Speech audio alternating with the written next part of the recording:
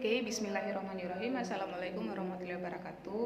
Nah, untuk pertemuan kali ini saya akan membahas tentang dasar atau pengetahuan dasar tentang HIV/AIDS. Pada pertemuan sebelumnya saya sudah bahas tentang PMS, penyakit menular seksual. Nah, di situ salah satunya ada HIV. Jadi ini saya akan bahas tentang dasar-dasar dari HIV itu sendiri, dari pengertiannya, penularannya, kemudian stadium-stadiumnya, kemudian pencegahan dan pengobatannya. Oke, langsung saja. Apa itu HIV dan AIDS? HIV itu Human Immunodeficiency Virus, yang merupakan virus penyebab AIDS yang melemahkan kekebalan tubuh. Jadi HIV itu adalah virus yang bisa melemahkan kekebalan tubuh kita. Di saat tubuh kita sudah lemah, kekebalannya sudah mulai menurun, maka terjadilah penyakit AIDS, yaitu Acute Immunodeficiency Syndrome. Itu AIDS, yaitu kumpulan gejala atau kumpulan penyakit yang diakibatkan turunnya kekebalan tubuh yang disebabkan oleh virus HIV ini sendiri. Jadi AIDS itu terjadi kalau sudah ada HIV. Jadi proses perjalanan penyakit ini yaitu saat kita terkena HIV, kita masih bisa beraktivitas, masih bisa melakukan aktivitas sebagaimana mestinya. Tapi di saat kekebalan tubuh kita sudah menurun dan sudah ada HIV sebelumnya, kita bisa menderita AIDS seperti itu. Jadi itu prosesnya. Kemudian penularan HIV dan AIDS ini bisa tertular melalui hubungan seksual yang tidak sehat dan tidak aman. Jadi bagi yang belum menikah, lebih baik hindari dulu aktivitas seksual, dan jika yang sudah menikah, sudah punya pasangan halal, punya satu pasangan untuk melakukan aktivitas seksual, lebih baik tidak usah berganti-ganti atau mencari pasangan seksual yang lain. Kalau sudah ada satu saja, tidak usah bergonta-ganti lagi, apalagi tidak menjaga kebersihan dan keamanan dari hubungan seksual itu.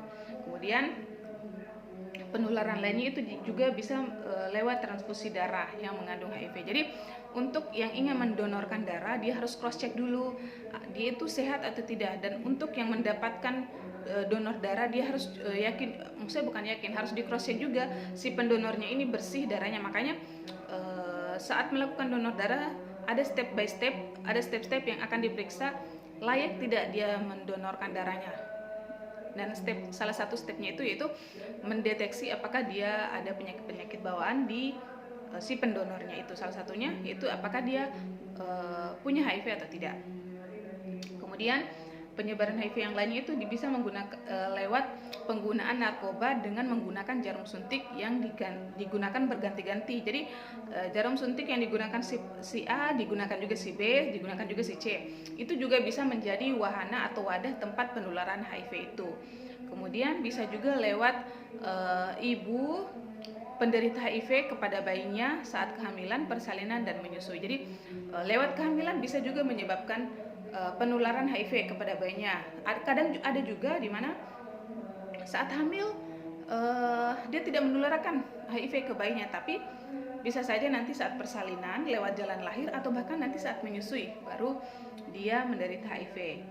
Kemudian hubungan sosial, aktivitas sosial hanya berbicara itu tidak menjadi wahana, tidak menjadi proses bisa tertularnya HIV. Jadi kalau kita cuma berbicara, ngobrol biasa, bersenggolan, pakai baju, itu tidak akan menularkan HIV. Jadi HIV itu tidak tertular hanya dengan aktivitas seksual. HIV/AIDS itu tidak akan menular hanya dengan aktivitas sosial. Dia itu akan tertular jika ada cairan tubuh penderita HIV masuk ke tubuh kita yang tidak penderita, begitu. Jadi penularannya itu hanya lewat cairan tubuhnya bersentuhan atau saling ketemu. Jadi kalau misalnya ada cairan tubuh yang saling ketemu atau masuk di dalam tubuh, maka itu menjadi wahana tempat atau menjadi proses tertularnya HIV itu. Kemudian standar-standar atau penyakit dari HIV itu stadium-stadiumnya yaitu bisa dilihat dari ini. Menurut WHO ada 4 stadium pada HIV, yaitu stadium pertama itu belum timbul gejala dan adanya pembesaran kelenjar limfa. Jadi untuk stadium pertama ini biasa belum kelihatan efeknya, belum kelihatan oh dia terkena HIV. Seperti itu masih awal ya, masih step. Jadi orang yang menderita HIV pada stadium 1 ini secara umum sehat, bagus, seperti itu ya. Kemudian parah itu kelihatan itu jika dia sudah berada di stadium 2, yaitu di saat berat badannya sudah mulai menurun. Jadi stadium 1 ini bisa dideteksi jika dia melakukan pemeriksaan darah ya, pemeriksaan lab. Jadi kalau hanya dilihat secara kasat mata tidak ada keluhan, tidak bisa kita katakan dia HIV walaupun mungkin masih stadium 1. Jadi untuk mendeteksi dia HIV itu dengan melakukan pemeriksaan darah. Kemudian lanjut di stadium 2, tandanya stadium 2 yaitu jika berat badan mengalami penurunan secara drastis. Tiba-tiba berat badannya turun dalam 1 bulan atau mungkin hanya beberapa minggu, berat badannya turun sampai 10 kg, turun sampai berapa kilogram, pokoknya drastis sekali penurunan berat badannya karena dia bukan karena diet dan sebagainya. Kemudian sudah mulai ada gangguan-gangguan pernafasan, batu-batu, kemudian ada luka ruam-ruam di daerah kulit, ada infeksi jamur daerah kuku, atau yang sudah mulai luka bagian mulut, itu perlu dicurigai.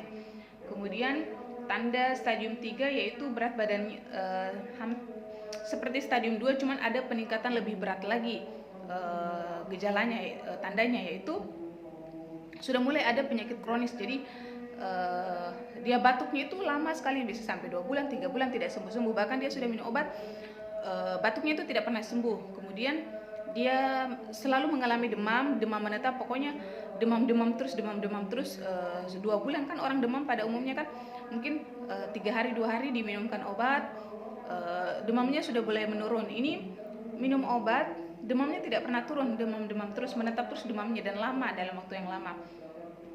Kemudian ada penyakit-penyakit muncul seperti ada TB paru, kandidiasis, dan bahkan dia bisa mengalami anemia. Karena itu tadi kekebalan tubuhnya itu di dalam sudah mulai menurun, sudah ada virus. Jadi apa yang dia makan, apa yang dimasuk di dalam tubuhnya, vitamin, mineral, kalsium, dan semuanya zat-zat gizi yang masuk ke dalam tubuhnya itu tidak terserap oleh tubuh, tapi dimakan oleh virus tadi. Ini yang berbahaya dari si HIV. Jadi itu yang menyebabkan berat badannya selalu turun. Dia selalu sakit, dia selalu demam karena kekebalan tubuhnya tidak ada, karena sudah diserang sama virus tadi. Seperti itu. Kemudian stadium 4 ini yang lebih parah, bisa menyebabkan toxoplasmosis otak, candidiasis esophagus, herpes simplex, sarkoma kaposi, TB ekstra paru, meningitis, dan ensefalopati HIV. Jadi stadium 4 ini sudah yang paling parah, dia tidak bisa bangun, terbaring di atas tempat tidur, kurus kering, seperti kurang gizi. Karena itu tadi apa yang dia makan, apa yang masuk ke dalam tubuhnya itu tidak terserap oleh tubuh. Yang makan itu virusnya tadi. Seperti itu. Jadi HIV/AIDS ini adalah penyakit yang sangat-sangat mematikan. Nah, apa yang bisa kita lakukan untuk mencegah agar tidak terkena HIV/AIDS, yaitu dengan prinsip ABCDE, yaitu di mana A yaitu abstinensia, yaitu puasa seks bagi yang belum menikah. Jadi kembali lagi, karena salah satu penyebab HIV ini adalah hubungan seksual yang tidak sehat, yang tidak aman, maka bagi yang belum punya pasangan seksual, dalam hal ini belum menikah, sebaiknya tidak melakukan hubungan seksual di luar nikah. Dan bagi pasangan yang sudah punya pasangan seksual, artinya yang sudah menikah, tidak usah lagi mencari pasangan seksual lain di luar. Jadi kalau sudah ada di rumah, ya di rumah saja yang dijadikan pasangan seksual. Jangan lagi cari di luar lebih dari satu, karena aktivitas perilaku yang seperti itu bisa menyebabkan terjadinya virus HIV. Kemudian pencegahan yang berikutnya itu be faithful, yaitu saling setia pada pasangan bagi yang sudah menikah. sama kayak tadi. Kemudian C itu kondom, gunakan kondom bagi yang berhubungan seksual beresiko. Jadi ini tidak terlalu dianjurkan bagi masyarakat kita di Indonesia yang mayoritas Muslim itu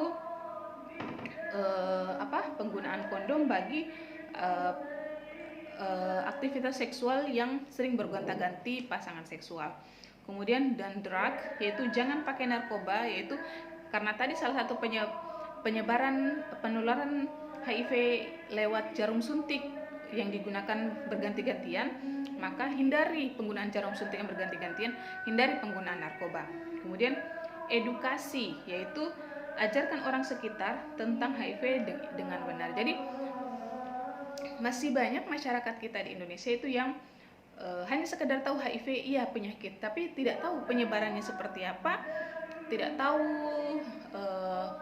proses step-stepnya, tanda-tandanya dia terkena HIV itu seperti apa. Jadi ada orang yang mungkin tahu HIV itu penyakit kelamin, tapi di saat dia sudah terkena HIV dia tidak tahu dia bisa menularkan ke siapa saja ini HIV-nya. Dia tidak tahu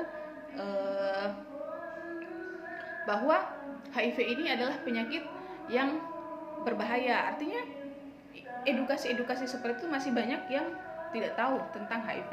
Jadi penting kita sebagai petugas kesehatan yang tahu secara umum atau bahkan mungkin lebih dalam tentang materi HIV untuk memberikan edukasi kepada masyarakat-masyarakat di luar sana, khususnya yang masyarakat yang tidak tahu tentang kesehatan, untuk diberikan edukasi tentang HIV. Apalagi masyarakat-masyarakat yang punya pekerjaan yang mungkin ada indikasi seperti penyakit, pekerjaan-pekerjaan pekerja seks mungkin seperti itu. Dan yang terakhir yaitu pengobatan. Nah, ini yang paling terakhir materi yang saya menjelaskan karena yang paling simpel. Penyakit HIV AIDS adalah penyakit yang dari pertama muncul sampai detik ini belum ada pengobatan yang bisa menyembuhkan, menghilangkan virus ini. Cuman ada pengobatan yang hanya menekan kinerja virus ini, yaitu ARV. Nah, obat ARV ini adalah obat yang digunakan oleh pasien HIV/AIDS setiap hari. Jadi, kalau misalnya ada pasien penderita HIV/AIDS, dia akan disuruh untuk mengonsumsi ARV ini setiap hari seumur hidupnya, 1 kali 1. Jadi, pengobatannya itu harus memang konsultasi sama dokter yang sesuai kompetensinya, ke rumah sakit, konsultasi sama dokter, dan akan memberikan obat ini diminum setiap hari.